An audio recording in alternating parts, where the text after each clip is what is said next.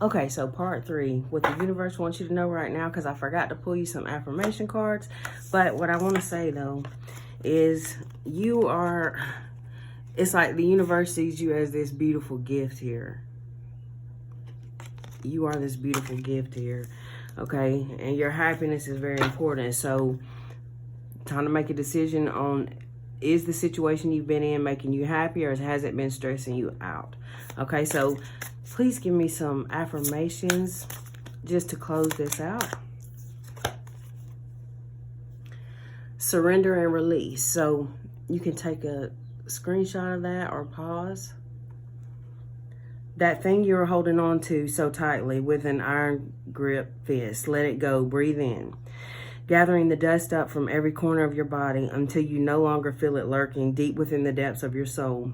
Pause at the top of your breath and release it on a long exhale. A steady breath out. Pause again and ask, can you surrender to the final outcome? Can you surrender to how things come back to you? Can you surrender to the knowledge they may not? Surrender to all possibilities, accepting that what's in store is greater than anything you could ever imagine. Surrender, dear one, and watch how you rise. Yes, with all those 6 of Wands coming out, divine at the bottom of the deck. This is God, like, speaking straight to you. Okay, so screenshot this. There's a gentle guiding force of life embedded deep within each of our souls, and we get to choose whether or not we listen to the innate, those birds that were on the cards from part 2, or any messages you get from anywhere that's coming straight from God to you.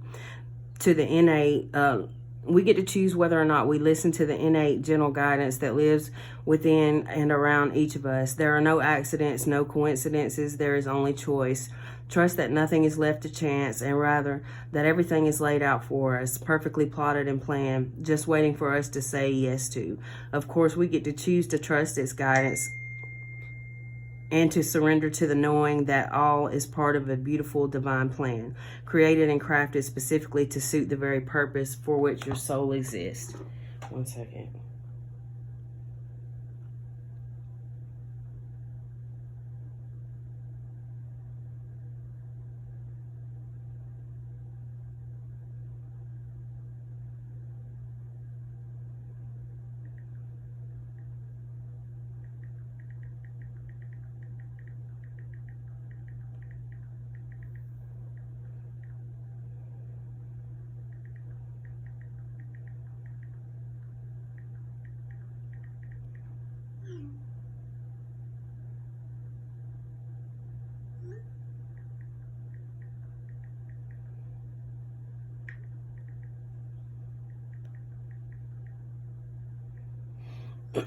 Okay.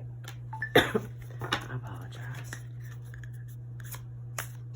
It's been a lot of interruptions and distractions, so that could be a part of your message. That whatever this situation is that the divine is asking you to release is causing a lot of distractions in your life. And then the masculine card's coming out, 333 on my timer. Okay, so this is a masculine energy. I'm almost 99% sure of it that's causing these distractions in your life, okay? Or whatever they've got going on. All right, so pause or screenshot. We are taught for so long that the only way to be is to succeed, to achieve, to drive, push, pull, like push, pull, pull, do. And there is, well, that sounded hilarious. And there, do, comma, do. And there's nothing wrong with this, of course. So you could even be the King of Wands that came out in part 2, because sometimes when we go through all this stress and we have all these heavy burdens on us, you know, we end up in our masculine energy for, you know, a long time. When all those burdens are on you, you have to step into your masculine energy to survive. Okay, so, and there's nothing wrong with this, of course, but what we are not taught is that the masculine drive that is innate within all of us was meant to be balanced by its feminine counterpart, so that in the midst of it all, succeeding, achieving, doing, there is a feeling and there is a being. Prayer, definitely something you need to pray about to find the answers from within. So, pause or screenshot. In times of need, in times of hurt, in times of anger, it is easy to turn outward and focus on what we do not have or what we want most. But remember, gentle soul, you are always allowed to ask for guidance, to ask for help, to ask how, to ask why. Do not forget that you are never alone. The divine is always with you. To seek it, my love, all you need to do is turn inward. And that's what this Hermit card represents. That came out in part 2. Okay, one more.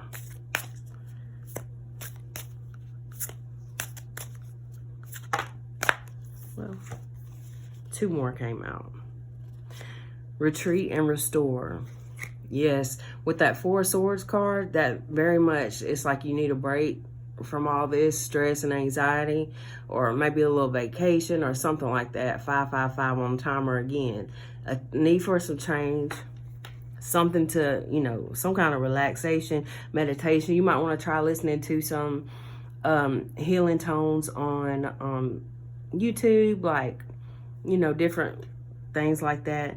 So retreat and restore. So often we underestimate the power of rest. When our hearts feel heavy and our minds cannot quiet, it's often a sign that we are doing too much, pushing too hard, thinking too far. This concept of more is not always better for our souls. Sometimes the real power, the real abundance is in the power of less. Wow.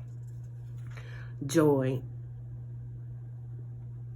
Go ahead, feel it. Pure, radiating, unapologetic joy. Feel your smile spread from ear to ear as your heart swells with utter bliss. We never need a reason to feel joy. Joy is all around us, in everything and also in nothing. We simply have to allow ourselves to feel it. So go ahead, lean into it, let it in. Awaken.